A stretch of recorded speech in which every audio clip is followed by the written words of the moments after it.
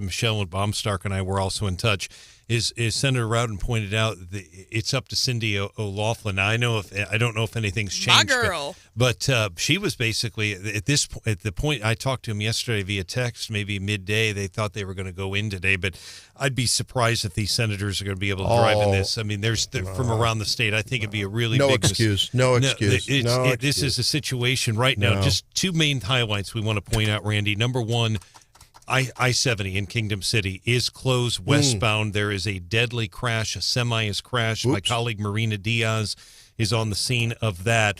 Also, I talked to Joint Communications this morning, and they were swamped taking phone calls right now. Just numerous accidents. Couldn't say much because they're too busy, but what they did tell me is roads are treacherous right now, numerous crashes. We had one listener that called into our sister station, the Morning Shag, and said he's been stuck out on I-70 for hours, several hours this morning with a crash. So they're at the authorities, Public Works, telling people avoid any unnecessary travel. And yesterday, Emily Manley reported that the Missouri Senate has canceled for today, but the House is having a technical session. Which basically means it'll just be one member gaveling in, not much of anything. That is interesting. Yeah, that is an update from when he texted me. No excuse. No excuse. Nope, no excuse. We got too much work to do. Randy. We can do Zoom. I think we can do Zoom. We can do Senator Eigel will hold them all accountable. We can have meetings. Yeah. We got work to do. We got IP petition. We got education choice. We've got too much to do. I'm sorry. Tomorrow, Cindy O'Loughlin's going to be on the program because, boy, I had Bill Eigel on my show Saturday. He accused her of coming unhinged. And, I mean, it was rootin' tootin'. I mean, wild, wild west. Well, now, I think the state senators could all use a break. Yeah, and here's the thing, Randy. A little cool-off period. Do. When they said it was icy conditions, I was wondering if they were talking about the weather or the Senate. Randy, the reality is you can't do a Zoom on the Senate. Not with these people in the Senate. And theoretically, you might be able to do a Zoom for a committee hearing, but not a floor session, and that could even be more chaotic. It is too dangerous for them. I hope that they are having private conversations, deliberations. There's work to be done. Well, I understand, but it doesn't do anybody any good to have work to be done if they're crashing their cars on their way to the Capitol. But you know where the work is done. The work is always done in the pre-meeting. The pre-meeting is where the work's done. And I maintain that Caleb and Cindy and Bill and who else? Andrew? Who else? You probably have Rick. Yeah, couldn't they get together, have a little conference, discuss things, or is that some sunshine violation? Could be. I don't know that they can do that lawful. I don't know. I just don't think they're going to get together. I mean, on Scott Faughn's program this weekend, Bill Eigel basically said that the Senate leadership has to be replaced. Oh, yeah. Well, I got another thought about that. We got a lot to talk about the state Senate, and I'm just sort of half kidding here. Sure. But I just really think that people should be safe, but we live in an era of technology. The session is short. There's a lot of work to be done. I challenged someone who works in one of the senator's offices, who we've had on this air before. I talk with people behind the scenes, as you do. I said, what gives? How come we don't? What's the problem? Why can't we get things moving? Well, it's the order, it's the tradition, it's whatever. I'm like, why do we always have the meeting go down to the last day, Panicsville, chaos, and I said it's procrastination. Well, we do procrastinate. Boom, there you go. Bam. Why are we procrastinating? There's work to be done. I mean, for a limited government gal, sometimes I benefit from that procrastination. I kind of like when things get bogged down depending on I know. the year. Okay, well, here's some good news that happened over the weekend. Up a triangle to left side. Mahomes looks that way. He's going to go wide open left side. Caught. Kelsey caught around. Touchdown. Kansas City. Kelsey hasn't been that open since training camp. And that's where he gave the heart. Look it up there to Taylor. I'm telling you, my wife loved it. And then they showed Jason, his brother. He's shirtless. Oh, man. And it was awesome. With a Bud Light. It was great with a Bud Light. Doesn't get better than that. People get upset that Taylor Swift is shown on camera so much at these games. What's the problem? I think that Jason Kelsey was probably upstaging Taylor last night. You're so right. And I said, there is no one on this planet who can outshine her. And he managed to do it. I mean, it was and maybe it was just because, she's been at every game and this was his first appearance and the retirement and everything else. But you're right. You're right on him. She kept her shirt on, too. I can see a commercial going back to the Real Men of, remember the book? Oh, yeah. Real Men of Swifties. I can just see it now. He not only did he rip his shirt off when Travis scored a touchdown, but he even vaulted the little wall. Yeah. Yes. Did he?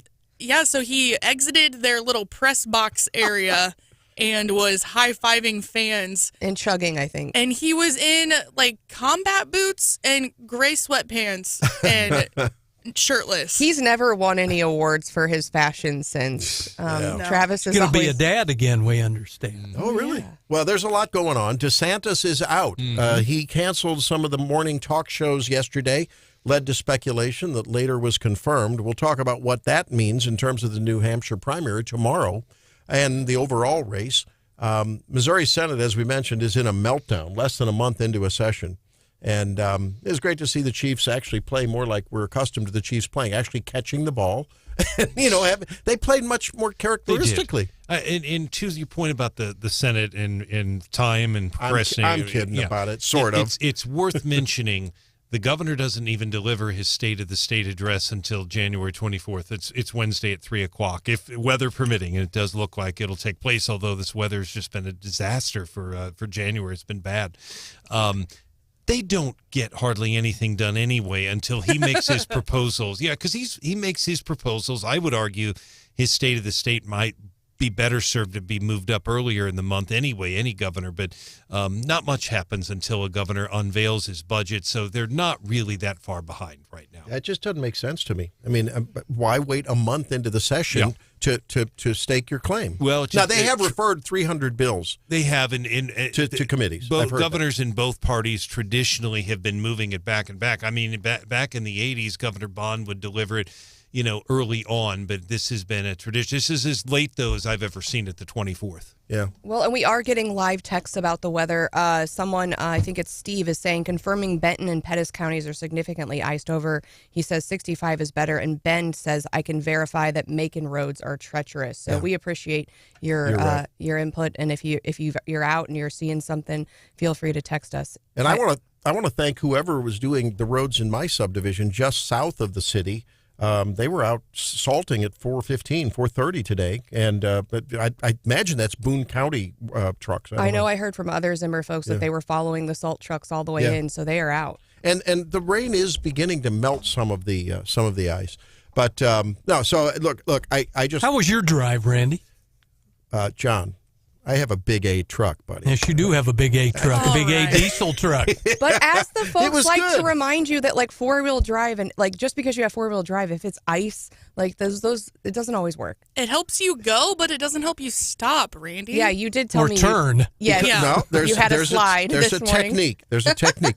You don't use the brake as much as you use your manual transmission. You switch it to manual. Well, you there's put it my in first first problem. or second gear. You put it in low four-wheel drive, and you use your engine to slow you down. That's the way you do it. You don't do it with the brake pedal. Text me at 573-874-9390 if I'm wrong. Now, look, it's not invincible for sure, but I tried to take up to our place in Macon. I wanted to make sure that the power wasn't out up there, so I went up there yesterday afternoon preparing for this, and I took Helene's Kia four-wheel or all-wheel drive SUV, thinking that would be great. And the roads are, sort of iced and glazed over on some of the side roads. It was terrible. So a big A truck does make a difference. I'm sorry. It just does. It's the weight of it. Weight matters. And this is a good thing. Trust me, I know. Hannah, can I make a plea for everyone to exercise your core muscles? I found that my core muscles were exercised a couple times when I almost slipped getting into the driveway, because we have a little downslope into where the truck is on a flat, and you slip, but your core is what catches you from falling. that you need to exercise those core muscles. Very, very important. Yeah, I had a big birthday this year, and it was like walking over here this morning. I'm like, I've reached the age where I have to worry about falling and not being like limber enough to recover. Yeah, everyone should do that. Do your Pilates, do your Tai Chi, that slow Tai Chi move. Get your core, and it's very, very important to prevent fractures. You don't want to have a fracture, especially you women out there who have thinner frames than us guys. But even guys can have fractures too. We got a big show coming up for you today because we will be talking with Scott Faughn and trying to sort out what in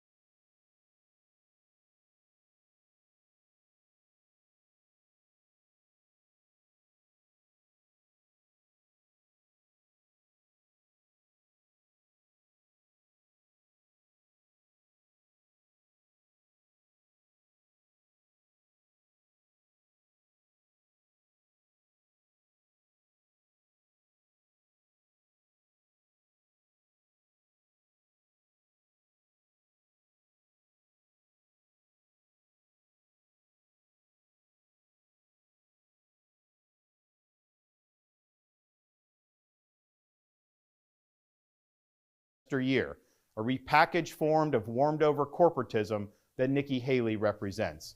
That's Ron DeSantis with a bombshell announcement yesterday, dropping out of the race. Daily DC Rundown now with Stephanie Bell. We got the big news yesterday. I was honestly shocked. Were you shocked? I was shocked. I thought he was going to hang on at least through the next 2 primaries. He'd said that in interviews last week.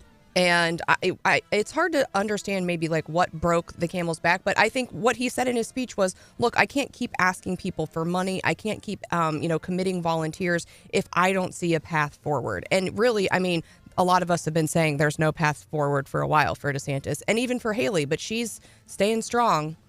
But I'm glad. You're I'm glad? I want some competition. Do you think any of the DeSantis people will coalesce with Nikki? No. I think they're all in for Trump. A small minority will, but no, I don't think so. Now, I'm really glad Nikki's voice is out there, though. I'm a free market when it comes to commodities and goods and services. I think in politics, it's good to have competition. It's good to hold Donald's feet to the fire. Well, it's interesting, and I think she's going to take some more fire. I think everyone is going to kind of glom on, and she's going. I mean, she's the only one left, and I think it's really aggravating the Trump people and the people who are calling for unity that she's sticking around. Now, Hannah put on the Facebook page yesterday, what do you feel about DeSantis dropping out? And so if you want to chime in, feel free to jump on there. But we're getting some comments from folks here in Mid-Mo. Yeah, it's a pretty mixed bag, I'd say, which we kind of already knew. A couple people saying, why so early? Why drop out so early? Let's see.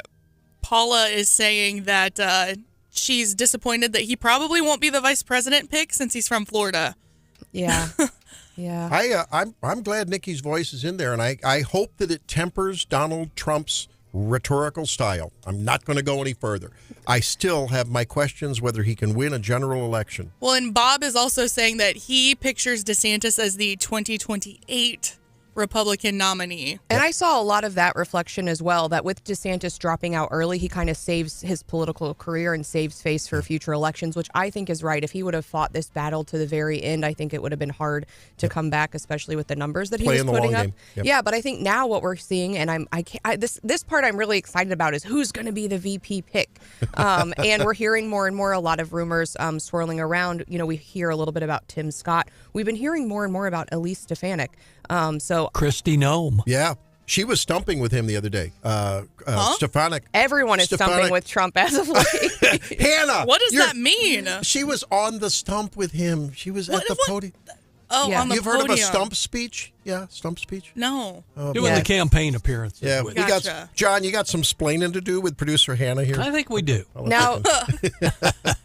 Now Congress has kicked the can down the road, as they like to do. So they're getting along. We're just going to have the same. We'll just play the show from last week in that week in March. We'll just repeat the daily DC rundown because it seems like that's what we've been doing lately. But at least we can stop talking about it this week. So they are on to other things. Whether they get to the impeachment inquiry stuff and other things and stop the infighting is yet to be seen. Of course, DC has experienced some significant weather over the last week, so they've been kind of sporadically appearing. But the one thing you can count on to get their work done, Randy, U.S. Postal Service. Yesterday, they raised their forever stamps again to 68 cents. It's the 5th price increase in 2 years. In 2007, we paid just 41 cents. 68 cents. I mean, we're looking, it's going to cost $1 to mail something. I'm just going to round up. I am very glad that we knew that stamps were going up and family members helped us buy them in bulk around the time we were sending out wedding invites.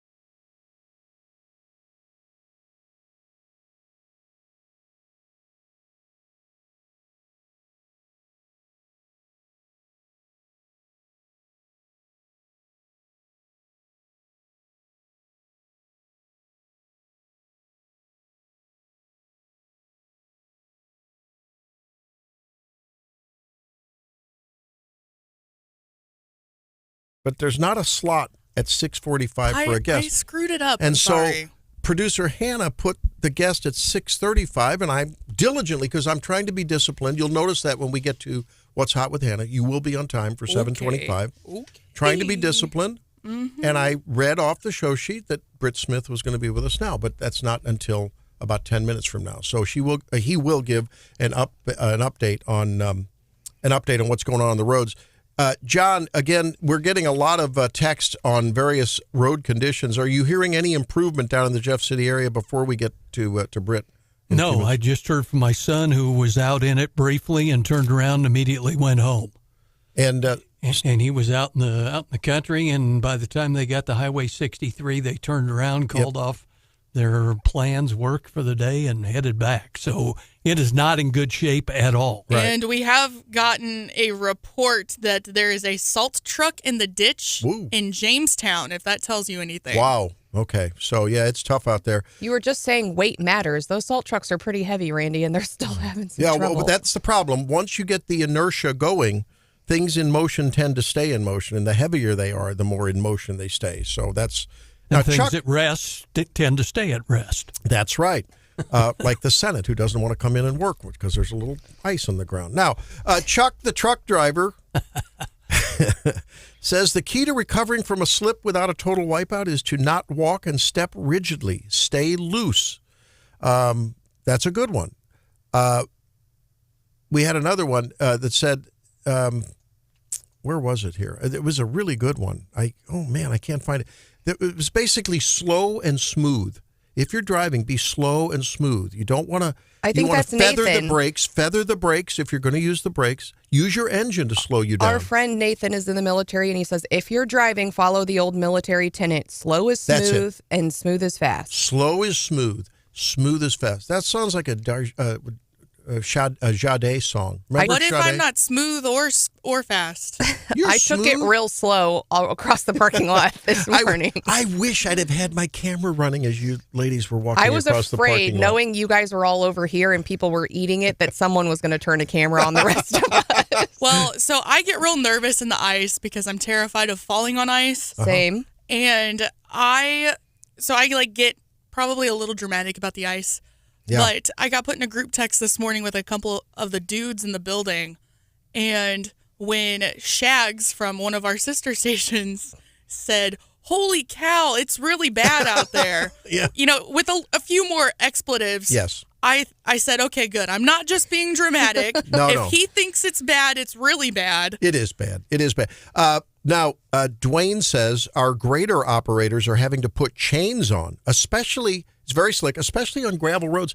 And I experienced that yesterday on Macon gravel roads. I mean, somehow the freeze-thaw cycle and then refreeze, man, it was like a sheet of ice. But you would think gravel. Wouldn't the little prickly gravel... Where's the beetle juice when you need it? Yeah, I don't understand Or the beet juice, right? You know, after we talked about that, I checked out, and they've got a whole thing on their website about beet juice, MoDOT does, and using it. And then I saw a bunch of articles here locally of people figuring out that they put beet juice down to help with that. Yeah. But at these temps, John, I mean, it's tough no matter what. Yeah, it is treacherous. Now, When you're right in the midst of freezing rain coming down and icing up and freezing, it has the effect of... They've been out since Saturday, a lot of the agencies salting, but when you get rain, it just washes the salt off the roads. Well, and then it freezes. The good news is, so we're going to be seeing some rain this evening. However, National Weather Service has the low for tonight at 33. Ooh. So fingers crossed we stay above that Could be good. freezing mark. And that, you know, the ice or the salt can do what it needs to do, and we'll get this cleared up pretty fast, hopefully. If you must go out, and many do, just take it very, very slowly. Stay tuned, because all morning we'll be relaying texts and calls and other incoming. Brian Hauswirth and John Marsh keeping their eye on the weather and their contacts and the road people as well. Doug says it looks like on the MoDOT cameras, eastbound and westbound, Missouri River Bridge is shut down due to accidents in both directions. If you're out there and can confirm that, we'd like to hear that. Yeah, we'll be checking on that. Well, did you see the news yesterday about from the Columbia Missourian had to make a major correction and angered several of our congressmen in the process? Yeah, and we had a little something to do with input on correcting that. We did. So yesterday, John Combest posted, and it was an editorial, I believe, by David Weber out of the Columbia Missourian. And he was kind of making the point and kind of about Columbia being split into two separate congressional districts, but then made this statement. I have not seen or heard that either, talking about Congressman Luke DeMeyer and Congressman Alford, was in Columbia in the past year because, well, our city has been fringed out. And everyone's like, hello. Wait a second. What? And listeners in the family were new and have seen Congressman Alford in studio in Columbia with us on multiple occasions. There was a grand opening last month at his new office here. And a fentanyl forum. And certainly Mark Alford was fired up because it was like, now we're represented by this guy in Kansas City and he never comes here. And I mean, those of us, he's here a lot, and so, and yeah, he just had this forum and he said, by the way, I sent you the news release and invited you to the forum that I hosted and you didn't show up. I love it. And so anyway, they have since had to issue a correction. And I sent them a link to the YouTube showing, here's Mark Alford sitting in Columbia in our studio. Stephanie came with the receipts, okay? and Congressman Luke DeMeyer, he in fact, he's been in district quite a bit. He met with Ashland city leaders when the new Columbia terminal opened and when the Amazon facility opened. A bunch of the Ashland city staff and leaders went on a tour and we walked through the Amazon plant and through the terminal. And so I'm just like, what? You are living under a rock, and you're a journalist. You're supposed to be factual, and B, you should have your finger on the pulse of the community. And I think I'm trying to pull it up here. Taylor Burks had a great tweet and said, the only people that are ignored in Boone County, the voters aren't ignored by their congressmen. They're ignored by the Columbia, by the liberal media here. Yeah, is it fair to say that the Columbia Missourian so-called journalist may have a little bias? I think it'd be fair to say that. The icing on the cake for me is the fact that they were invited to Alford's event. Yes. Didn't go and then accused him of this. It doesn't get better than that. I mean, that is just prima facie, just poor journalism. John, your thought about that? Get your facts straight. Yeah. Don't shoot from the hip. Yeah. I mean, and especially the more vitriolic you are in your reporting, the more certain you must be of those facts that you're, firing bows and arrows at. Well, and especially with social media. I mean, look, Stephanie was able to come with the receipts. It's great. And, in 2 seconds prove that they were wrong. Right. And a lot of folks came, and it wasn't just us. The Boone County Republicans, I think, were the first to respond. And then, of course, Mark Alford said, hey, this is just blatantly wrong. And and then I guess on the online story, they corrected it. And Mark Alford pointed out, but it's already in print. Like, you've already, damaged my, reputation of coming to Columbia. And so they did say they're going to issue, I think, a correction in print today. But certainly, yeah, you got to be right on if you're going to make those types of claims. Well, and I'm anxious to see, we need to follow up on where that correction in print comes, right? Usually the above the fold headline is the pejorative one. And the correction comes somewhere back on page 26C at the bottom of the page. And we'll have to see whether they're up front and own that fully or not in an equal way. When we come back, we're going to check with Britt Smith, Director of Operations there in Jefferson City, Missouri, and see how things go on the thing there. Mr. Smith.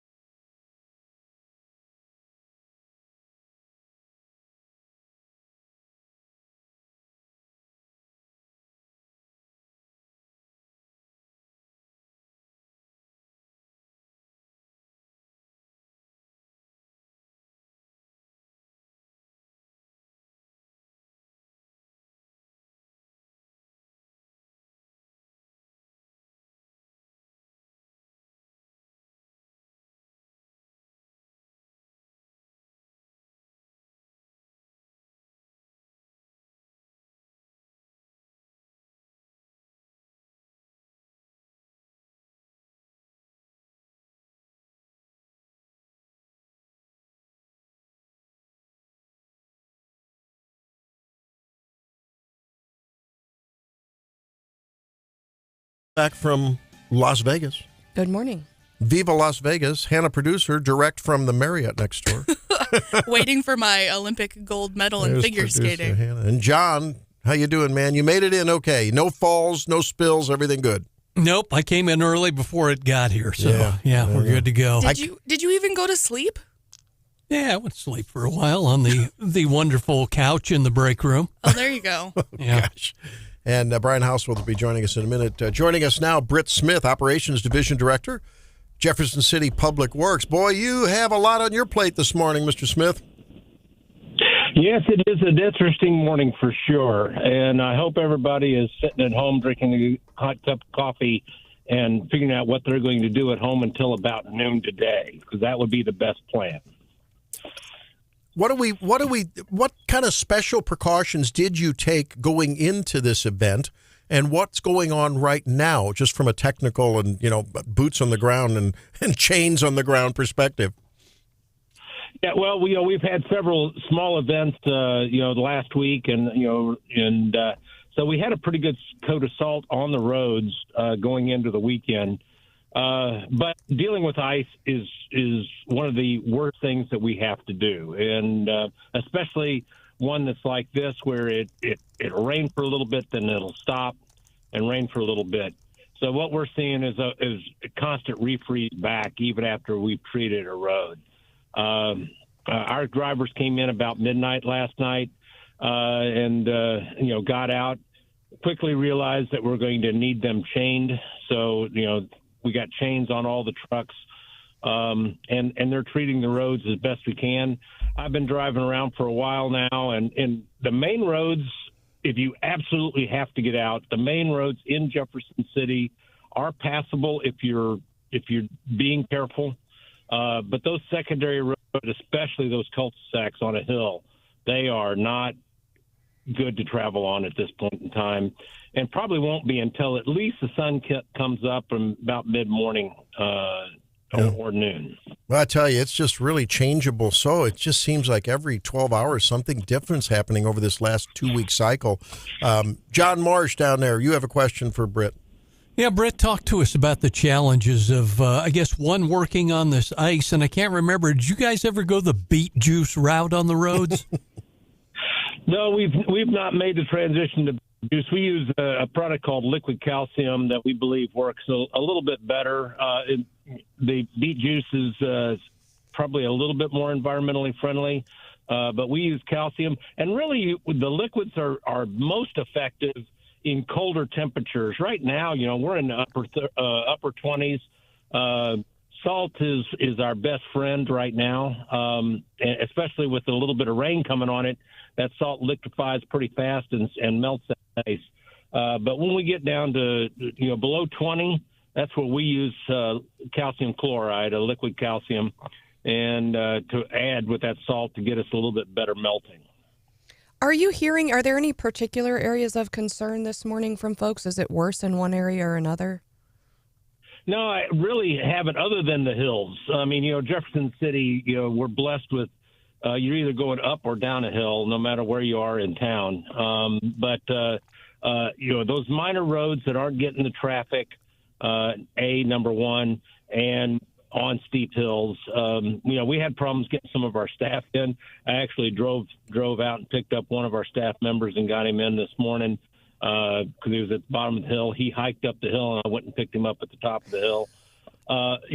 So if you're at the bottom of the hill on the cul-de-sac, plan on staying home for a while, because that's probably the best plan. And even we kid a lot about it here, Britt. Last week, whenever we had the first event, Hannah was like, "Do you want a hotel room?" I said, "No, I got a big A truck." And there was a laugh out loud emoji behind it, because we kid about how sometimes you can, just because you have 4-wheel drive, whether it's an SUV or a big truck or whatever, sometimes you can get a little too much swagger and get a little too much confidence, right? That's 100% true. And also, you might be able to drive to where you want to go, but as soon as you step out of your big truck, you're going to find yourself on your behind, because traction with your boots versus traction with your tires are two different things as well. So I know the most treacherous I had was the about 25 to 30-foot walk I had to my truck this morning. And walking like a duck is important there, no doubt. We have an incoming. We had a text from Dave, who I think for the over-the-road truckers, I guess they already know this, but for those who have to be out on the road, use your transmission to slow down your vehicle. I've talked about that earlier. And I didn't realize this, for tractor-trailer drivers, don't use your engine brake. You don't want the tractor slowing down in front of your trailer. So I don't know the technical aspects of tractor-trailers, but I guess there's two different sets of brakes, huh?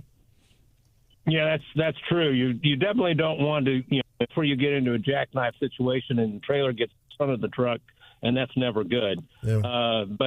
Yes, the best plan, obviously, is to stay home and stay off the roads if you can. Okay. But if you have to be out, certainly, take a little extra time, make sure you're going slow, and we're going to get those roads just as good as safe as we can, as quickly as we can. So give us a little time, and we'll get it caught up for you. Britt, real quick, what are you hearing from the National Weather Service when we expect this maybe to quit and temperatures get above freezing? Well, what our forecast is telling us is sometime around noon, it's going to transition to all rain, and then it's going to continue, as I believe Hannah was talking earlier, all the way through till tomorrow. But we're really hoping those air temperatures, stay above freezing for the rest of this event. At least that's what the forecast is, and let's all pray that the forecasters know what they're talking about. Absolutely, and let's pray that all of your staff stay safe out there on the roads, and please give them a sincere, hearty, and very, very heartfelt thanks for all the heart and heavy work they're doing. Really appreciate it. It's a big team effort, and I'm blessed with an absolute wonderful staff, very dedicated to what they're doing, and I hope everybody stays safe through this whole thing. All right, Britt Smith, thank you very, very much for all you do for everyone in the Jefferson City area down there, and we hope that you too make that 25-foot trek back to your car safely. Thanks, my friend. Appreciate it. All right. Take care. All right, there he is. Boy, and they do work tirelessly. I mean, the road crews. And it's not like they're overstaffed. I mean, there's been a staffing shortage in MoDOT on that department, just like everything else, and I'm certain that he struggles with staffing as well. It's tough. It's really tough right now. Everywhere. Stay up in touch with us, and both incoming, and listen to us to make sure that we can give you the very latest on the weather and the road conditions. 573-874-9390. I haven't seen anything come across more about the report that we had about some shutdown on the Missouri River Bridge. So that hasn't been confirmed, but if you're out in that direction, have seen that, let us know. Yeah, and I always think about, too, make sure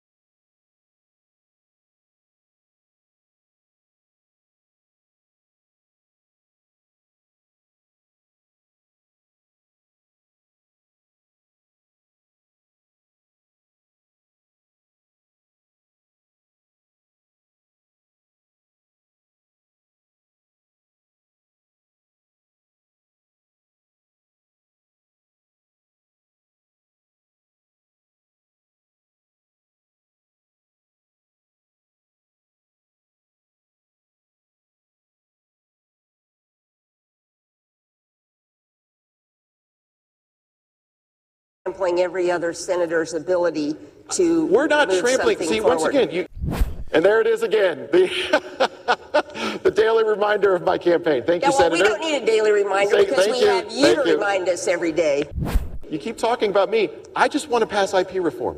You just want to be governor. Now, that's a little montage of the fireworks last week in the Missouri Senate between Senator Bill Eigel and Majority Leader Cindy O'Loughlin. And Scott Faughn joins us now. Maybe, Scott, you can make some sense of what in the devil's going on there in the Capitol. Well, I think it's kind of the crescendo of the conservative caucus, or whatever they're called now. It is a culmination of what will be 6 years of a feud, and it's getting bloody to the end. I mean, it's one of those grievances like an old married couple that needed to get divorced a long time ago. They both have grievances, right? But at the end of the day, it just comes down to this. The people, there's a small group of the majority that just want what they want, and they want it now. And the truth is, some of the stuff doesn't add up, and you can't really do. And some of the stuff, like the order in which you do IP reform, they passed IP reform last year. The House didn't pass the version. So they're kind of throwing a fit. And essentially, they're the opposition. Anything leadership does, they don't like. And so it's just a long series of personal grudges and fights that has spilled over to now. It's probably as worse as it can get. Now, I caught your show this weekend, and Bill Eigel was on your show, and he basically demanded a change in leadership, saying that Senator Rowden and Senator O'Loughlin need to go. It seems like they're taking a page out of the Federal Freedom Caucus's book. Gates demanded, and his folks demanded, that McCarthy be ousted, and then we've basically seen no change. We got a new speaker, but we're still getting the CRs. In my mind, I don't see a change in leadership really affecting things. What are your thoughts? Well, facts matter. They don't matter in campaigning or Facebook, but they matter in government. And there's a lot of things, like the same folks that are talking about property rights now want you to not be able to sell your land to a landfill. It's a challenge because you can go on the Senate floor and kill stuff all day long, right? You can kill any bill you want. But now if you're going to go on the Senate floor the next day and try to pass something, well, you've got a bunch of enemies sitting there waiting for you. And so they use very aggressive tactics. I'm a conservative. I believe you shouldn't change much. I believe in tradition. I understand why the folks they lost the leadership race. And a lot of the bills they want, they don't have the votes for. So their thought is, we'll hijack everybody else's legislation, then they'll have to pass ours.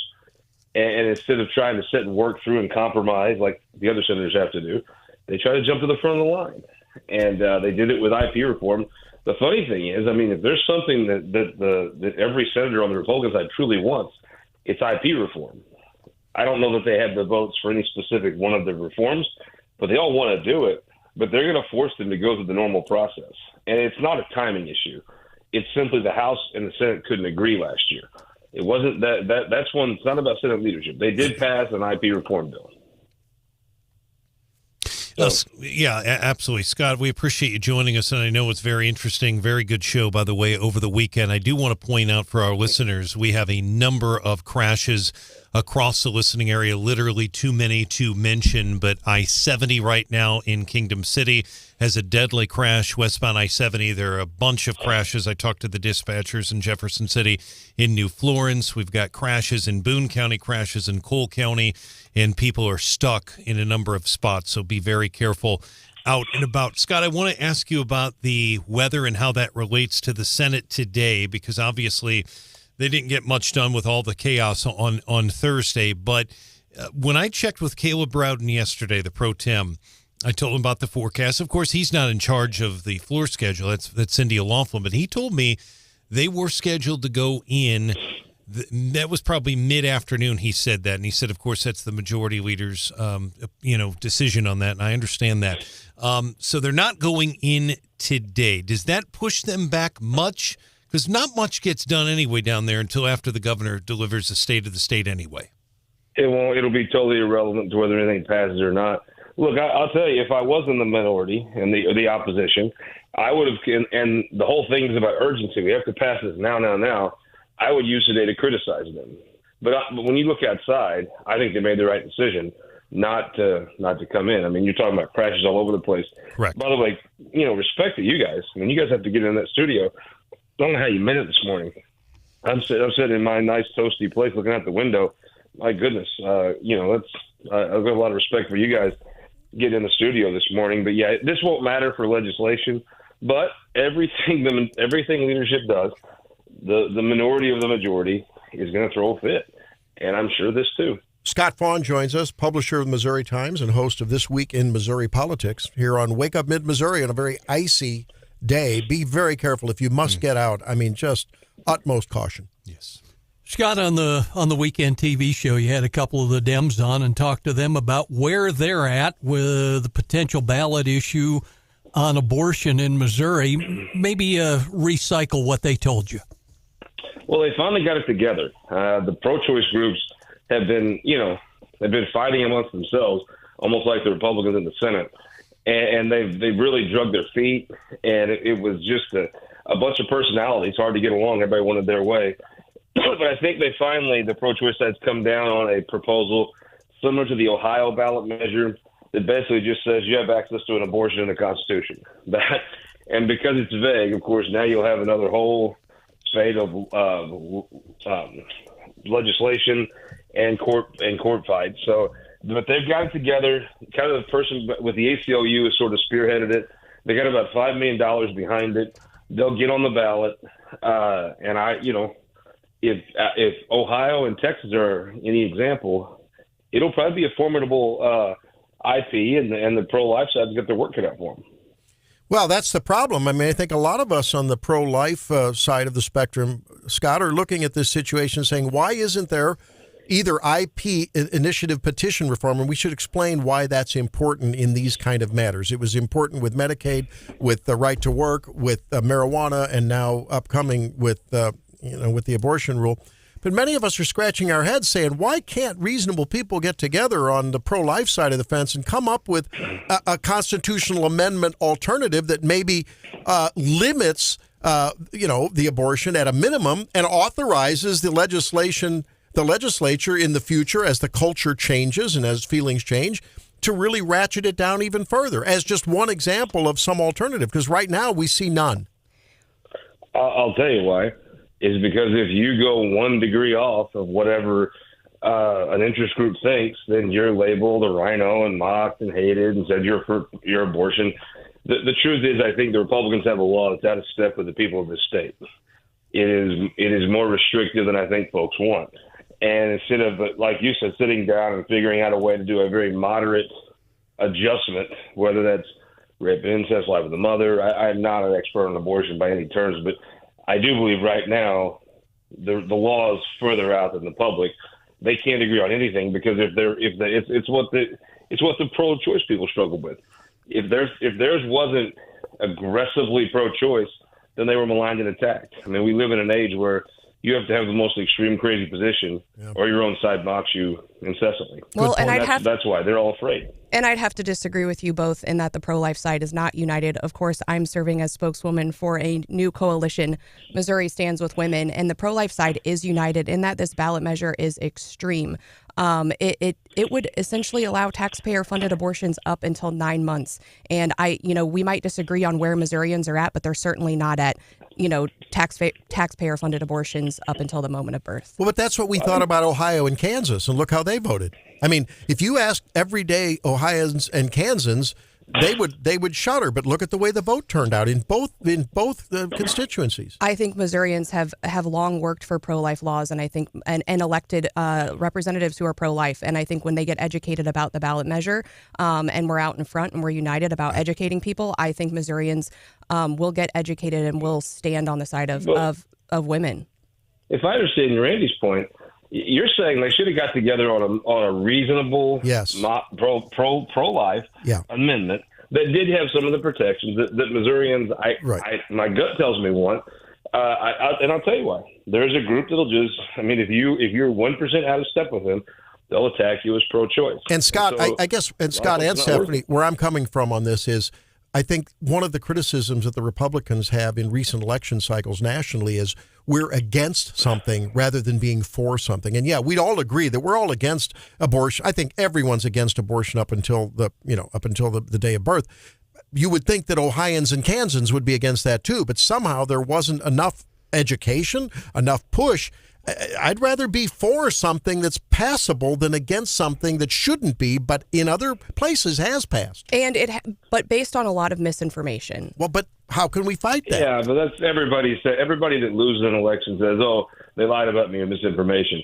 I would say, Cindy, what is going to be different about the campaign in Missouri that was different about the campaign in Ohio and Texas? Very similar electorates. Yeah, I don't know.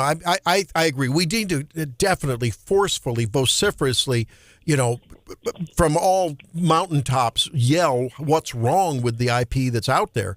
But I don't know whether that's going to be enough. Look how many times the IPs have won the day when they shouldn't have. I think it is. There's a lot of grassroots support in the pro-life movement, and there's funding available for this campaign. And I think once voters get educated, they're going to realize how extreme this measure really is. Final question for you, Scott. Is it pie in the sky? Should I take off my rose-colored glasses? And maybe you can think about, is there a senator in the body who can get together with the Cindy O'Loughlin, Caleb Rowden bank and the Bill Eigel and, maybe Rick Bratt and get together and say, would each of you guys be, even if you don't blink all the way, can you each half blink and we all go home with a victory? Is there a moderator who can unite the two sides?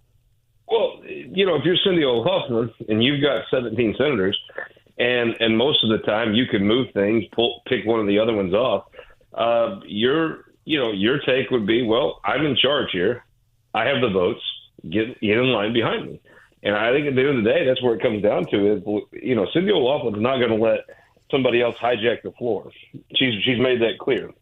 And she's also got the receipts. I saw that you reposted an email that she sent out, and they made claims, well, you're stifling our legislation and it never moves forward. She did some sort of math analysis, and basically, my conclusion from seeing the data is that they actually were ahead of a lot of the other senators in getting their legislation forward. Well, the fact is there's not 18 votes for VLT, those gas station casino machines.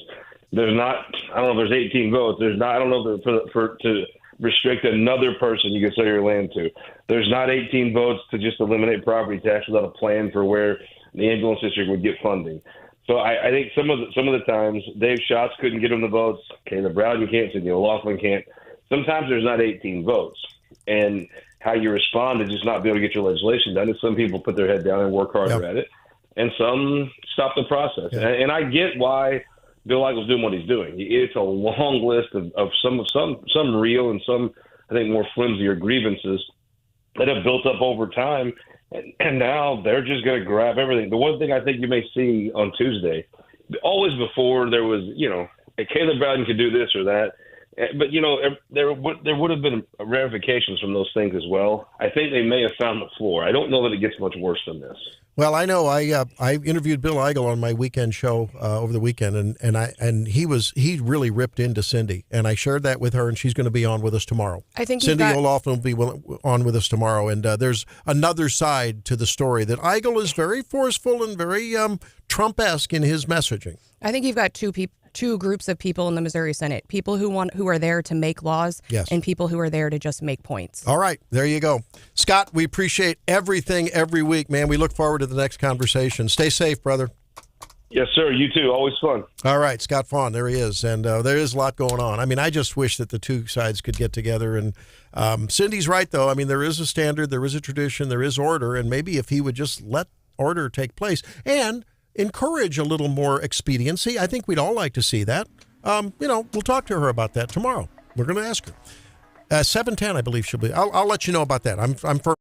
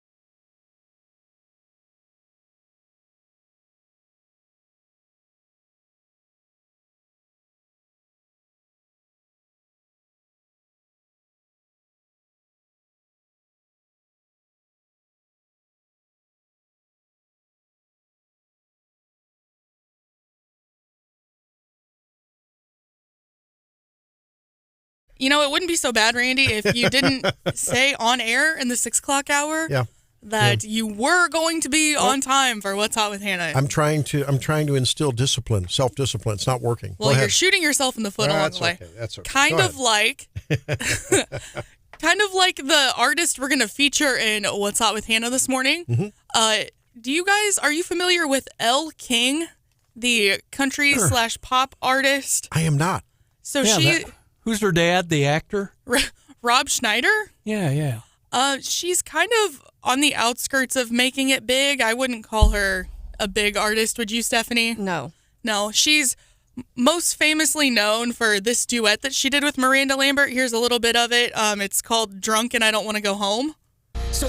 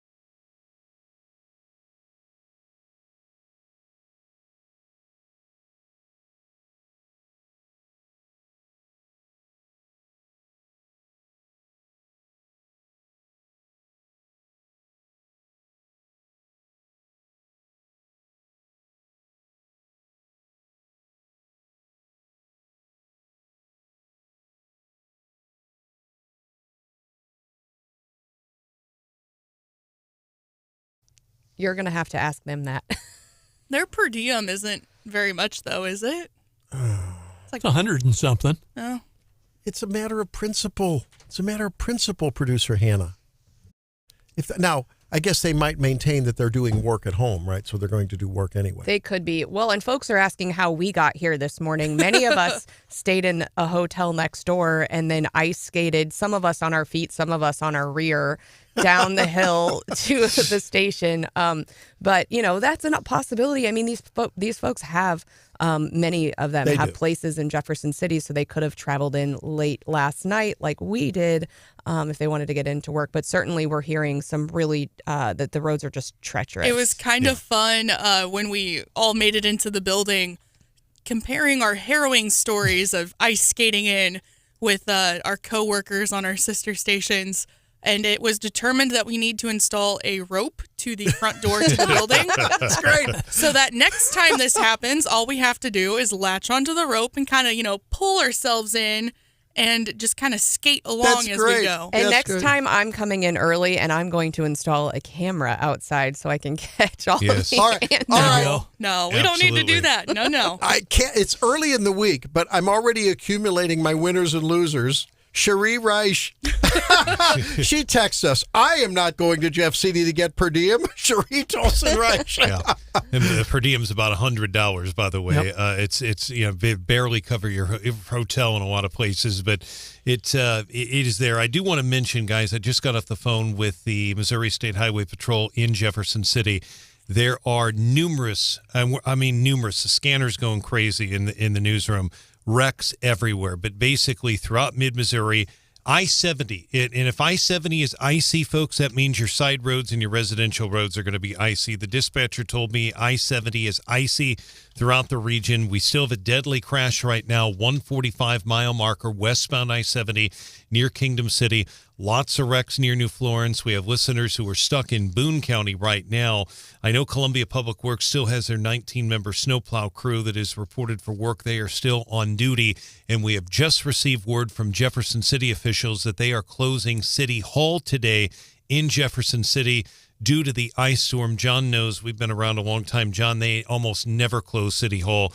So for Jefferson City to close their City Hall is a big deal. And we got the word on Lincoln University closing, too, yes. And they very rarely close as well. Very rarely. In Westminster is closed. I talked to Bo Bayman at Columbia Orthopedic Group, which very rarely closes. It's just it's a big deal. They're making the right decision. That's Brian Hauswirth. John Marsh is there. You guys are keeping an eye on things, and I know you'll keep us informed. And as many moments of feedback you can do, it's really, really important to let us know, especially for people who have to be on the road. If there's a blockage somewhere, and by the way, we did follow up.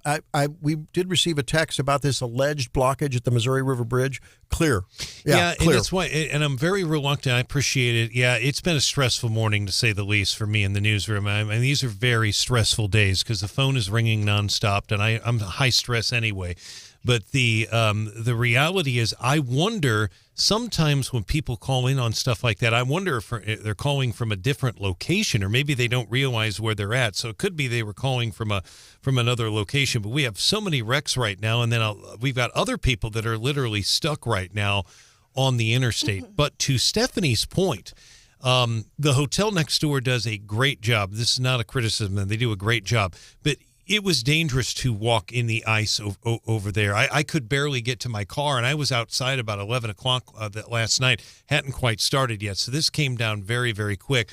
But the Weather Service was right. It started as sleet, and that made it worse. The sleet made it worse, then freezing rain. And technically, this is going to go on and off till 4 or 5 this afternoon. Now, we heard from Britt Smith that they're expecting it to change to rain around noon, so it should be getting better, maybe? Maybe, and I'm hopeful Britt is correct. That his forecast, of course, they're a little bit, line is a little bit different than Columbia.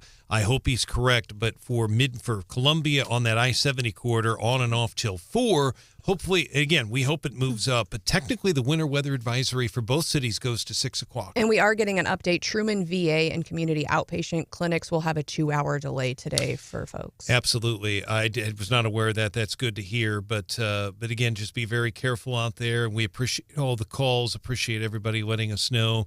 I saw Christian Basie at church yesterday, and Mizzou. My understanding, Mizzou has gone remote. They've rarely, a lot of schools basically are off. There are a handful that are remote. Most schools are off today. We have a question. Shannon asks, is the state closed?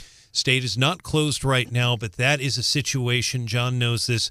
Ken Zellers, who listens to the show, the Commissioner of Administration, OA Commissioner, it technically is, the governor's call, but really it's Commissioner Zellers' call. We talked with him at the governor's breakfast. Yes, he came up, loves the show, and again, he's listening, I'm sure. He listens to us every morning, so he can correct me if I'm wrong. But basically what they will do with something like this, it is up to each basically department and basically if people can't make it in, if it's a safety reason, they can't make it in. But as far as state actually closed, they are not right now. As long as the Highway Patrol has issued the hazardous travel policy for the district that a state employee lives in, I believe they are not punished if they don't come in that day. I'm sure there are lots of state workers listening right now who could probably confirm that. What about your state worker? My state worker is home. Yeah.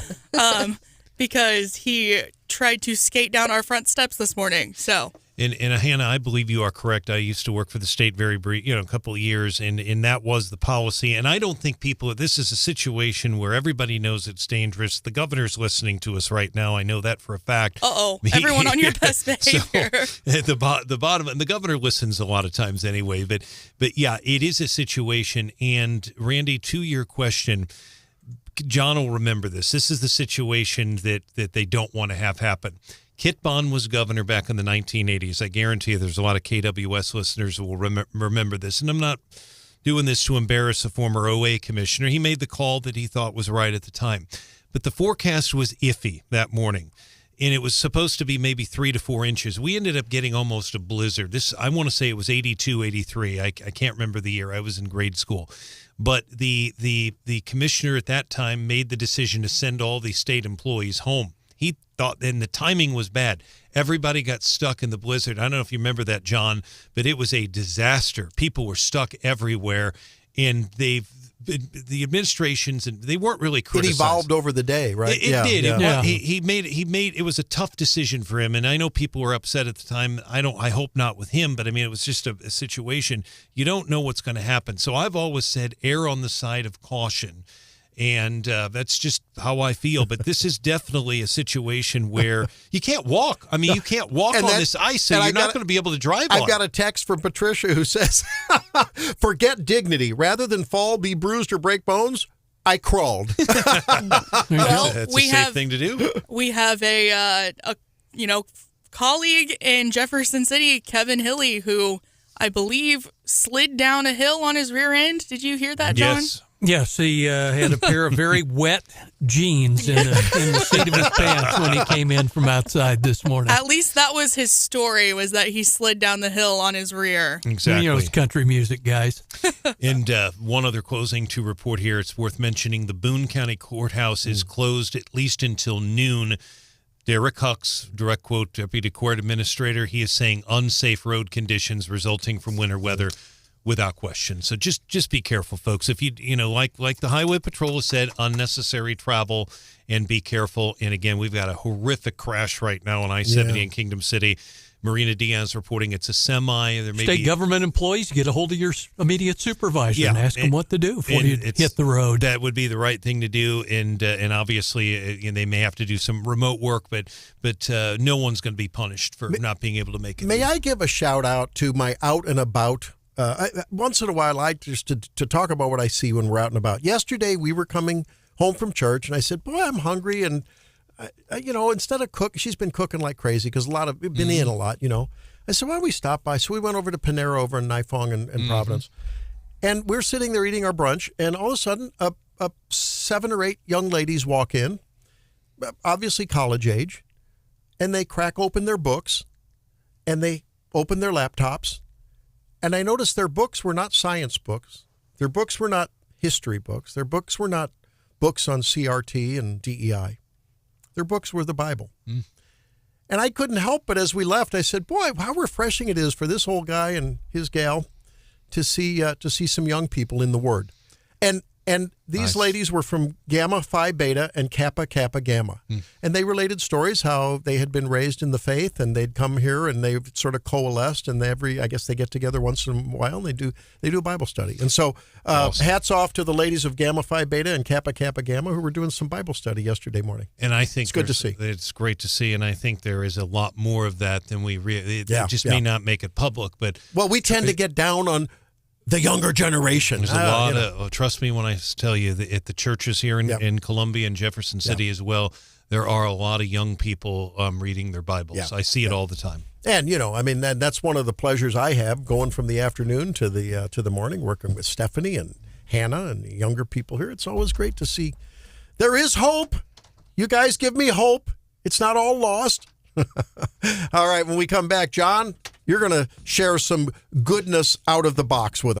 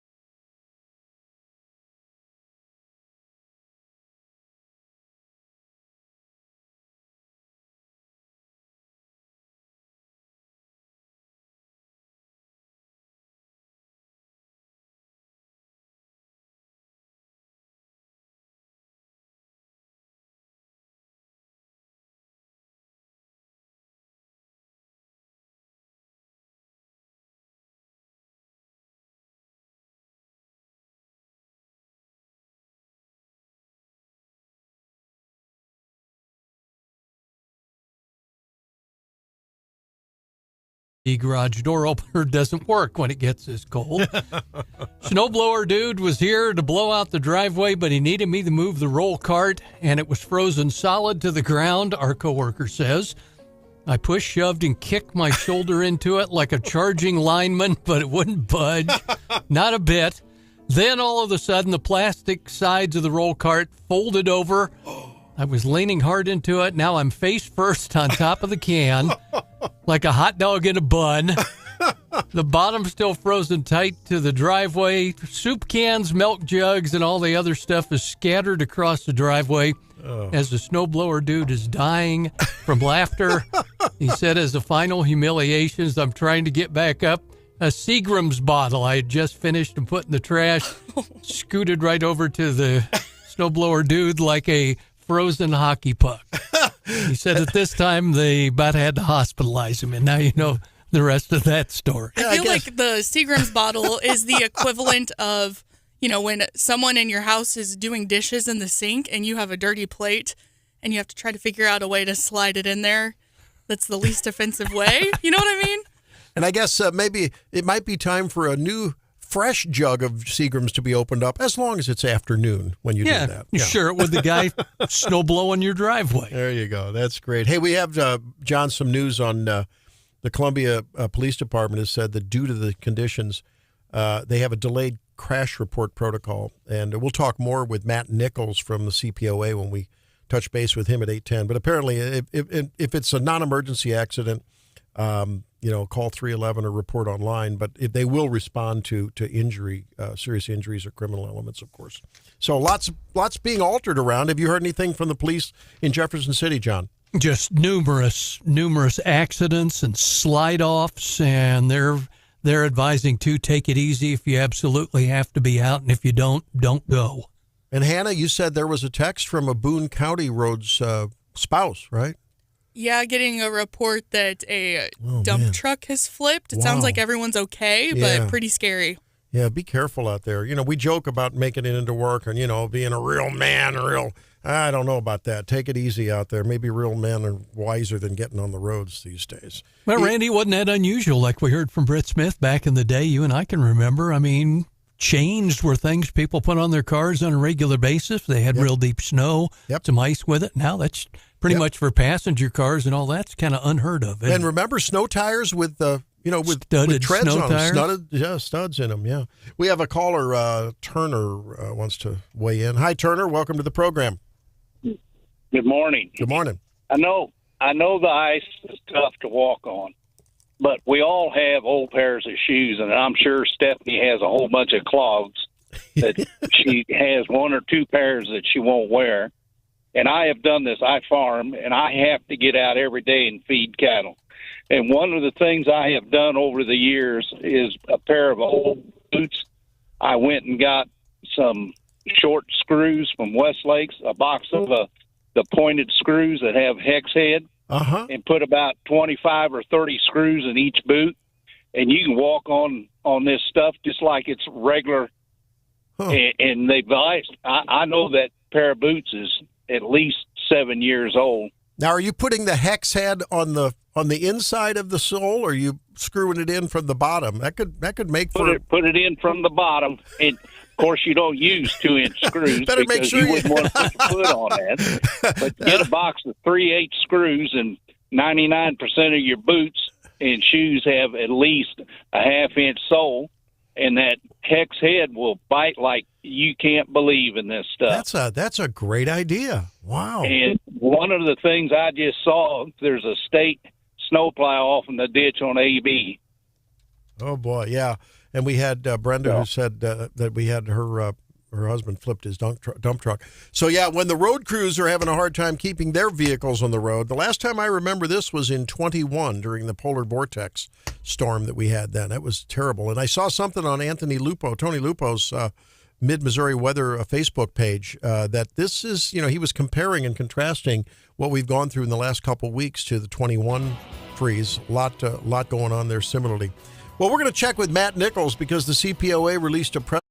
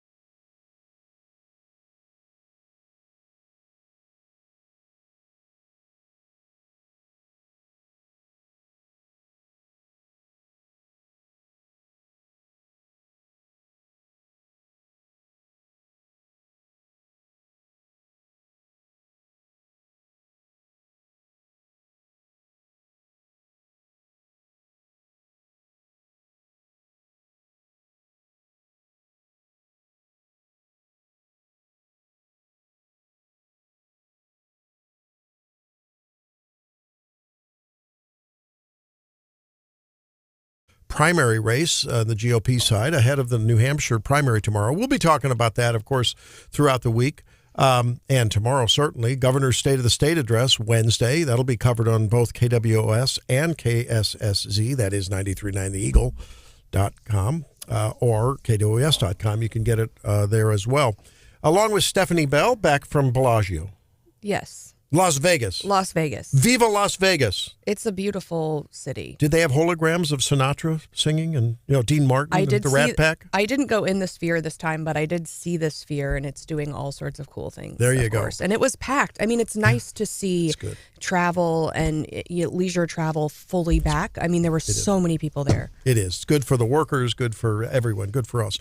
All. Hannah, the producer over there. Hello. And you sort of slid, but on your feet over here. Yeah, somehow, some way. Brian Hauswirth joins us in the saddle there. It's good to see you. And John Marsh, everything stable in Jefferson City and mostly off. Sheet of ice. It is a sheet of ice. And I just went out to make sure that my windshield wipers weren't stuck to the windshield because I'd forgotten when I pulled in the parking lot to put them up. But now it's rain on top of ice, which in many ways is worse than just the ice. So and we had sleet to start it off. That's what really caused the sleet made it even worse if there was such a thing that's worse. I think the Weather Service, their 1/10 of an inch projection is going to be off. I think it's going to be low. That's just my gut feeling right now. But this just happened. Columbia Police are only responding now to, they have so many people, crashes. They're only responding to serious crashes with serious injuries or criminal elements. In the scanner, there's so many first responders I'm hearing they're stuck on the ice too. So it's hard for just folks, if you don't have to go out, this comes directly from the Columbia Public Works and others, unnecessary travel, don't, because in some cases the authorities can't get to you. And to fill us in on what that bad weather protocol is that's been invoked by the police, Matt Nichols, who's president of the Columbia Police Officers Association, joins us. Matt, you safe and sound in your home there? Or are you in a cruiser, or where? You okay this morning? Yeah, I'm great. I'm actually here at home. Okay. I have the luxury of working behind a desk, and I made it about 100 yards down the road and decided that it was not worth getting into a wreck, so I came back home. Well, we do want to talk with you about the media advisory that you issued on Thursday about this Nick Knoth recall effort going on in the city council in Columbia. But ahead of that, what does it mean when, as Brian reported, there's a protocol? It's some kind of delayed crash report protocol. What does that mean? Yeah, so essentially what that is if it's a non-injury crash, if the parties are able to get the vehicles out of the flow of traffic, you can actually go online and do a crash report. Typically, we recommend people just exchange insurance, exchange information, and try not to tie up the resources for those crashes. Okay, but if someone is injured, right, or if there's obviously if there's a criminal element, obviously you do the call dispatch, right? Yeah, and here's the thing to remember: if we don't have magical vehicles, we've got most of ours are 4-wheel drive SUVs, which does a little better on this kind of conditions, but it's 4-wheel drive, not 4-wheel stop. So we can't go, super fast trying to get to these things, just like everyone else in the community. So we need a little bit of grace when it comes to those kind of things. We're having just as much trouble as everybody else trying to get around. All right. This media advisory, I'm reading off of it, says CPOA urges Ward 1 voters to vote no on the recall question on the April 2nd, 2024 ballot. Explain. Yeah, so there's been a recall effort in the first ward to remove Nick Knoth from the city council. We absolutely do not support that. When this election first happened, we didn't support. We didn't make a public endorsement for Nick. He was a sole candidate. I had a conversation with him. And to be real honest, I didn't know what to expect from Nick. But I have been very pleased with what I've seen. Nick has been vocal about his support for public safety. He has been vocal about his support for taking care of the employees that serve in those public safety roles, whether it's police, fire, things of that nature. And this is absolutely a witch hunt. This is the same group of activists, if you will, that are choosing to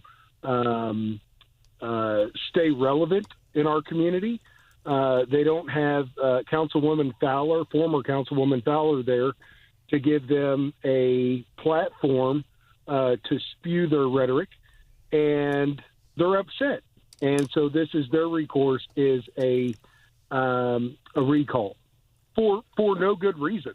I mean, bluntly, is for no good reason. Well, when we talked to Mike Murphy, I talked with him the last time about this a couple of weeks ago from his Como Buzz hat. I mean, he expressed concerns about conflicts of interest, that you have someone who's involved with the real estate industry in a lobbying position, and also then with the turmoil around the bed and breakfast thing and renting out your house, and those ordinances that are coming out. What's your response to that? I definitely understand there could be, and that's where it is. It could be, it could be a conflict. And as a doctor, Randy, I would not schedule an appendectomy if I didn't have appendicitis. We're not going to do, we're not going to start removing things if there's not a precursor issue to it. And that's where we are. We have found no evidence that Nick has done anything unethical from his, Monday through Friday job to his role as a council person. This is, in their mind, presumably a preventative measure that maybe he won't do something unethical or out of, where there would be a conflict. And that's really the rub is, the guy's got to have a full-time job. We don't have a full-time city council staff, so he's got to be able to do something to feed his family.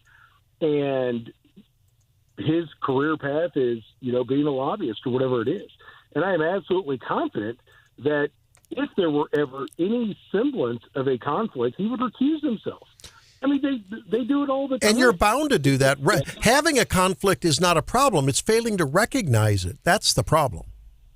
Absolutely.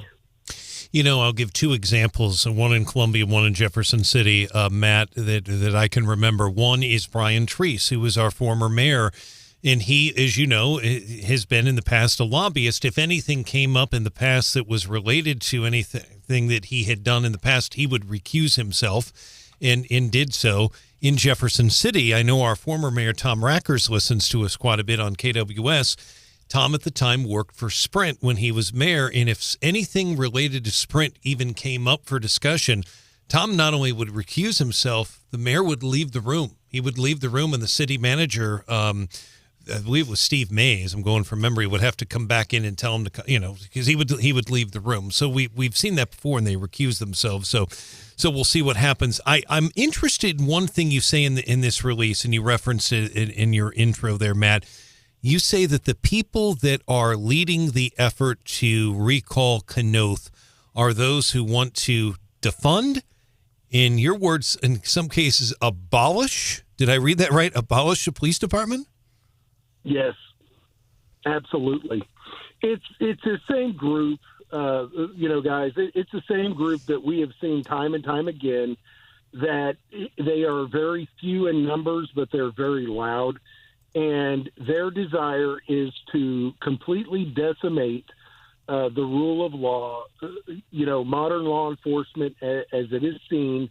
They want to break it so they can have a hand in putting it back together the way they see fit.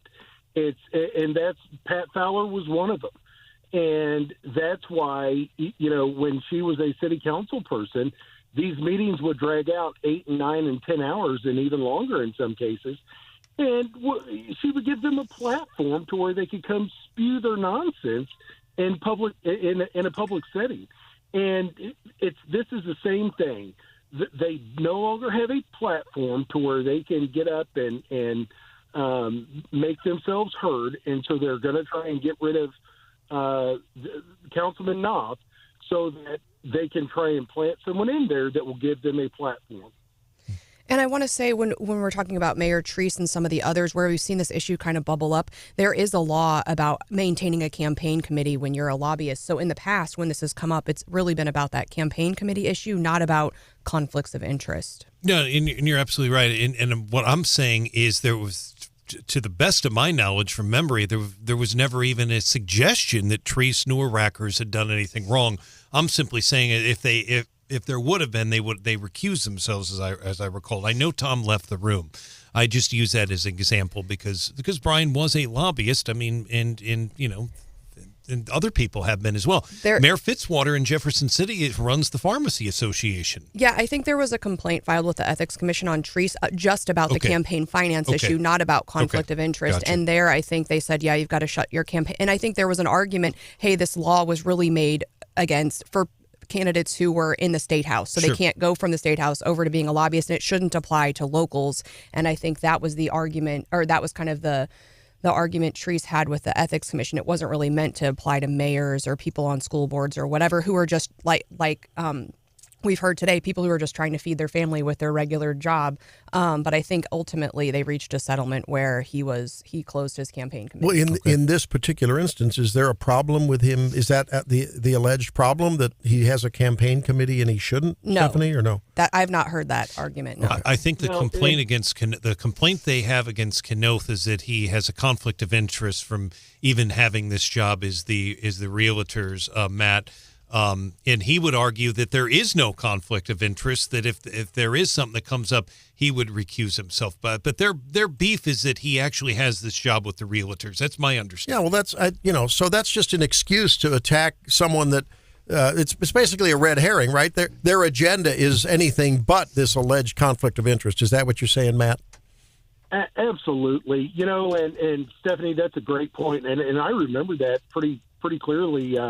I think it's when Pat Kelly, or was it Pat Kelly that ran against Treese a couple years ago?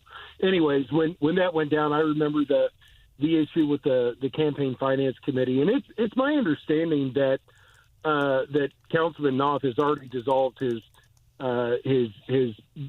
campaign organization, and that is no longer an issue. And that's what this is, And let me put my tinfoil hat on here real quick. But I almost believe that this same group of abolitionists, if you will, that want to completely defund and tear apart the police department may also be socialists, and they oppose capitalism. And as we know, most realtors and land developers and landowners may be perceived as capitalists because maybe they make more money than some of us regular people. God forbid that you have a business that provides a good or service and makes some money. Oh my gosh, what a deadly sin. Hey, thanks, Matt. Appreciate it. We'll keep following this story. Appreciate you weighing in on it from the Police Officers Association standpoint. Thank you, sir. Thanks. All right, there he is, Matt Nichols. Interesting. We're going to see what DeSantis' resignation from the primary race, and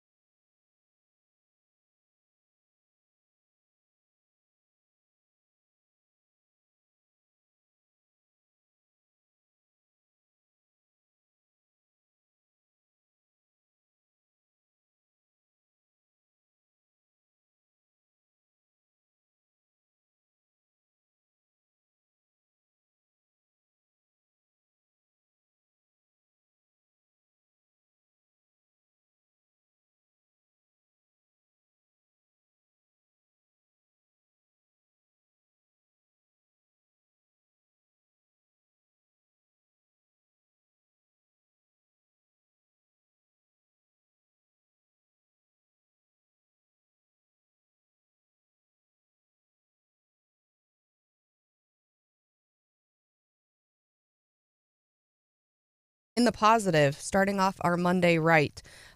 So that the market here is set to open here rather quickly. All right, we talked earlier this morning, if we're going to do a little bit of media biz news this morning, we talked this morning about how the Columbia Missourian had to issue a correction online yesterday, and they'll have to issue a print correction today about claiming that our 2 congressmen had never been to Columbia in the last year, which is blatantly false. And we pointed that out for them. And so here's another way that you can stop the news from sharing if you don't want it to be spread. In Ouray, Colorado, there were allegations in this newspaper, the Ouray County Plain Dealer. They were going to publish a story about sexual assault that happened at a party at the police chief's house. They did not like that. And so overnight, they have the old school like newspaper machines, 250 newspapers stolen, gone. They were like, that story is not getting out, so we're just going to steal all of the newspapers so no one can read it. And I guess this must mean that they don't have an online publication. But now they said next week, it's a weekly paper, kind of like our Boone County Journal. But they said next week now we're going to have to republish the story about the police chief and write a story about how you stole all of our newspapers. So interesting development out in Colorado, but it was making the Morning Brew this morning. And it's always fun to kind of keep up on these crazy stories. But, we've had some law enforcement issues and some media issues here lately.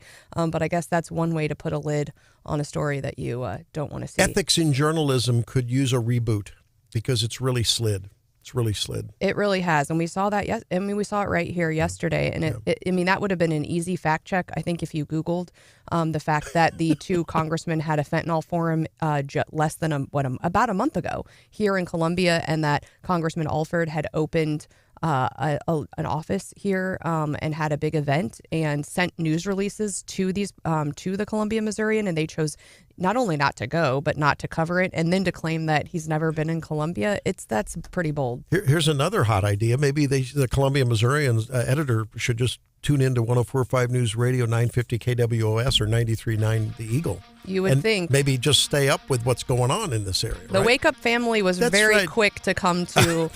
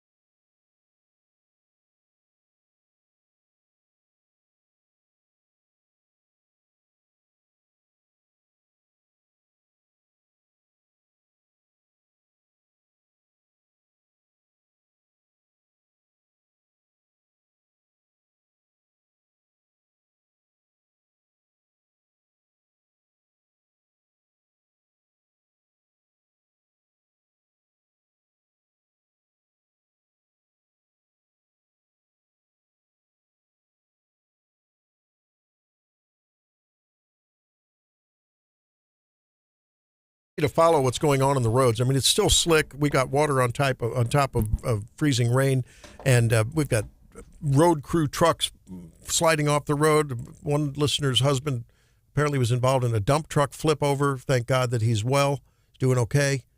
But we have to talk about yesterday's bombshell announcement. Ron DeSantis out of the race, and I just can't help but think that most of those voters are going to go to Trump. Right? I don't think, because when they were polled, if you're a Trump voter, who's your second choice? Most of them, it was DeSantis and vice versa.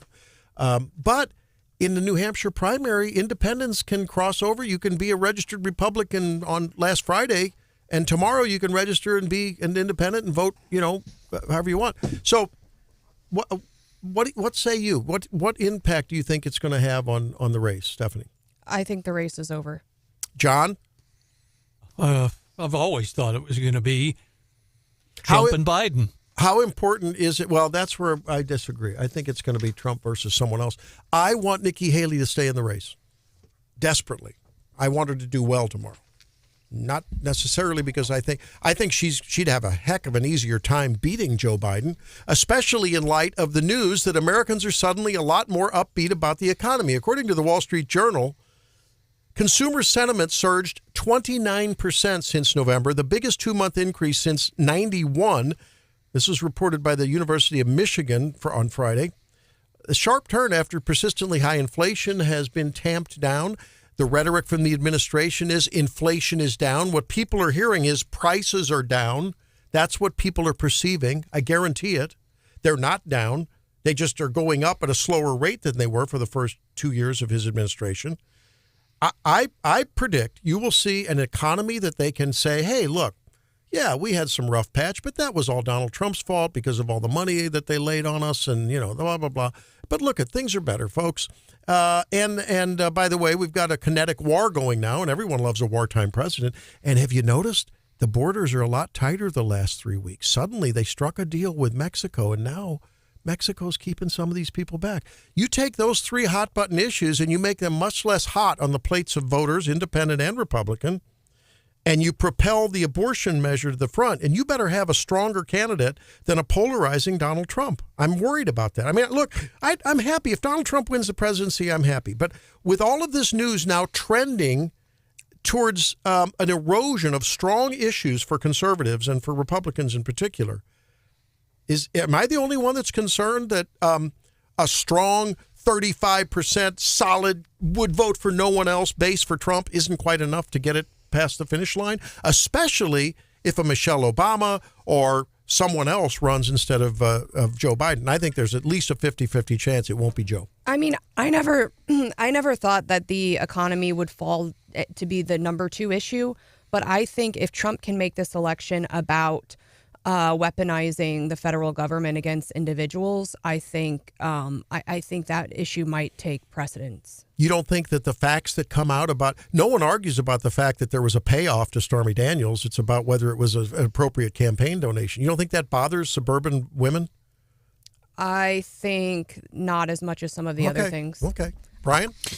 It'll be interesting to see. I'll leave the policy issues up to you guys. Oh, don't do that. Come on, Brian. Weigh in on it. But, the one thing I have heard, the criticism I've heard from people is that in New Hampshire, Democrats theoretically could vote. I've heard it from our listeners. They don't like that. They think Democrats could vote in a Republican primary. Will they? We'll see. When John McCain was running against George W. Bush back in 2000, I do remember there was speculation maybe Democrats were voting for John McCain. We will see what happens on that, but it will be an interesting race for sure. Missouri is going to have a primary on the Republican side coming up here in about a month and a half. So we'll see what happens. Yeah. But it is, with the base and with our listening audience especially, I hear a lot of positive things about former President Trump. I like Donald Trump's policies. Our listeners really like him. And again, I am in lockstep with our listeners in terms of the success under Donald Trump. That was a Donald Trump that was untainted with albeit over-aggressive weaponizing of the DOJ. I'm just looking at the facts out there. When you look at anything, you look at people when they're asked, if Donald Trump is convicted, What does that do? Poll after poll after poll says it flips his leading position over Joe Biden because that changes independent voters' minds. I'm not worried about the base remaining the base. The base, sorry, folks, you guys aren't going to elect Donald Trump president. It's going to be your friends who voted for Trump in 2016 and voted for Biden in 2020. That's who's going to elect Trump. And really, if you go back to the 2020 election, the 2020 election, a handful of votes in Wisconsin or Arizona, 100,000, right? Roughly, if that, Trump wins the election. Yeah. I mean, and in Wisconsin, you look at Wisconsin, look at the map, you look at Michigan, you look at Georgia. If you look at the geography and the map, it was pretty bright red, with the exception of a couple of blue metro areas, which are the population centers. To his credit, the Republicans to win, they're going to have to cut into those city margins a little bit. To his credit, and I want to say this again and again and again, I want Donald Trump to win if he's the nominee. I think in order to win, he needs to do more of what he's already started to do. First is abandon the sore loser. I lost 20. It was rigged. I lost. Stop it. Get that done. Move forward. Talk about your tenure when you were president, how great things were. Remember, are you better off now than you were 4 years? That whole deal. Okay. Secondly, he's moderated. He said he has retired Ron DeSanctimonious. He said that yesterday. If he moderates his rhetoric and starts becoming more of a Reagan inclusive Republican, rather than, if you're not totally loyal, I'm off with you. I'm going to call you names.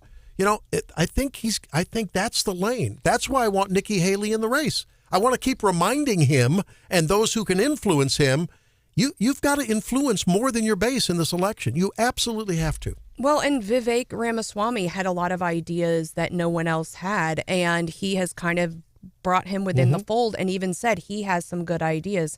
So I think, as long as the unity message is everyone unite behind Trump, I think that's a message Trump would be behind. Yeah, no, I agree.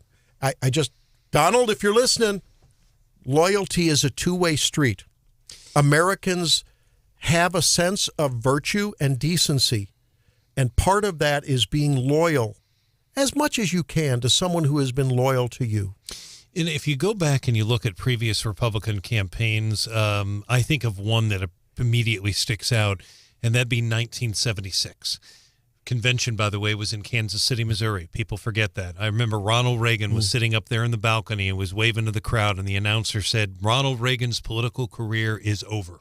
That's what the man said on television. By the way, 4 years later, he was elected president of the United States. My point being that Gerald Ford and Ronald Reagan had it was a tough campaign. It was Ronald Reagan was seen as, his critics said, he was going to start World War III, and Gerald Ford was more your country club Republican. That's what people called them.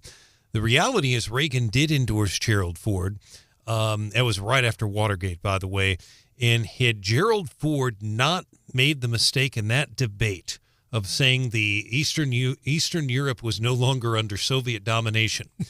And he was talking about Poland is what he was talking about. And the moderator, the media in those days was much more fair. The moderator gave him a chance. Did I hear you right?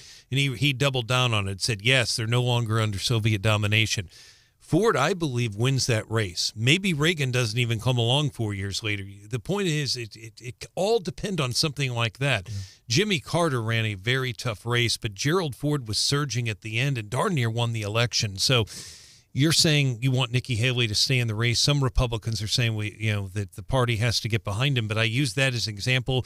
In 1980, George Bush stayed in the race, and Reagan took him as his running mate, and they won in a landslide. So I've seen it in both cases before. It depends. It sharpens you. If you're in a position where you're in any type of a competition, whether it's in business, in politics, I think it sharpens your game when there's competition in the match. I just really think that, rather than just you're a shoe-in. Okay, you can just swagger in. You don't have to earn it as much. And I just think it's really important that there's another voice out there. And again, I'll say it again. I mean, can we all agree that Nikki on her worst day is better than any Democrat on their best day in terms of policy? No? I can agree. I tend to like her. Not on all issues. But no, yeah, but she's a good person, strong person. And yeah, I would vote for her happily over Joe Biden. Yeah. And in 92, Bill Clinton had some tough patches there. That 60 Minutes interview. I mean, there was some really a lot of stuff that came out about him in the media. This was the national media that was running scathing stories about Bill Clinton in 92. But if you remember, Paul Tsongas stayed in the race pretty late. To your point, Randy, I do believe it made candidate Clinton a better candidate in the general because he was more prepared, I think, for the debates, and he ended up winning in a very close race. Ross Perot impacted that as well in 1992. He got 19% of the vote. If you're talking 92 and Clinton, he was all about the economy then, and recession and all that. It's the economy, stupid. That was the whole. Remember? That was the whole campaign. NAFTA.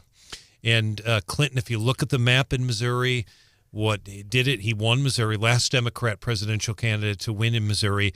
Clinton won a number of rural Democratic counties that have not voted for Democrats since 96. He won in 92 and 96 based on a lot of the rural counties. But yeah, he did very, very well with that message of the economy. And in Bush's approval rating a year before the election was 90%.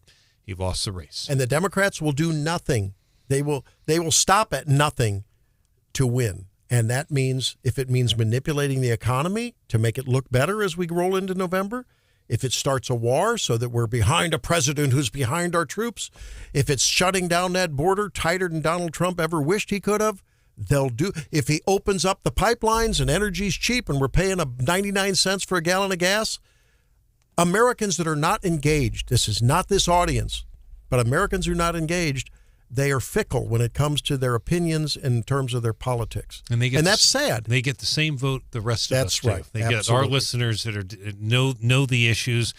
Somebody that's watching, YouTube videos all day, they have the same vote. I mean, it's just the way it works. But in terms of numbers, the chances are our audience is going to go to the polls on a lot higher basis than other people. Our audience is going to go on in an ice storm and vote. Yeah. And they're probably going to take a Republican ballot. That's my gut feeling. So will inner city and rural people who are concerned about their ability to have an abortion. And that's going to be a powerful issue. It's already been that in 22 and 23. And a lot of those people are unengaged young girls and women and their mothers. But you're assuming that issue makes the ballot. And right now they just launched last week. They have just a handful of months here in Missouri. Well, for Missouri, I'm talking nationally. Nationally, it's huge. I mean, it creates a lot of dissension. Well, we'll have to see. And other issues we'll be talking about up the road here on Wake Up Mid-Missouri. Vice presidential choice.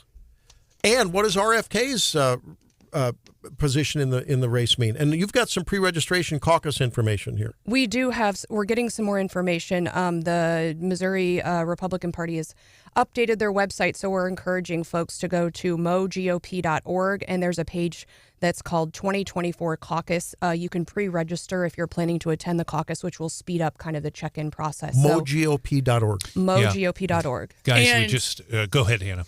Well, and tomorrow night, the Boone County Pachyderms at 6 p.m. are going to be at Grand Cru Restaurant on Providence in Columbia, and they're going to be doing sort of an educational meeting for folks to come learn about how the caucus system is going to work. Good. So that's 6 o'clock at Grand Cru tomorrow night. Super. To learn about the caucus. And just a heads up, folks, the city of Fulton has just closed their city hall for the day. Hazardous road conditions in Callaway County. Emergency services remain. We've still got that wreck on I-70 in Kingdom City. Be very careful.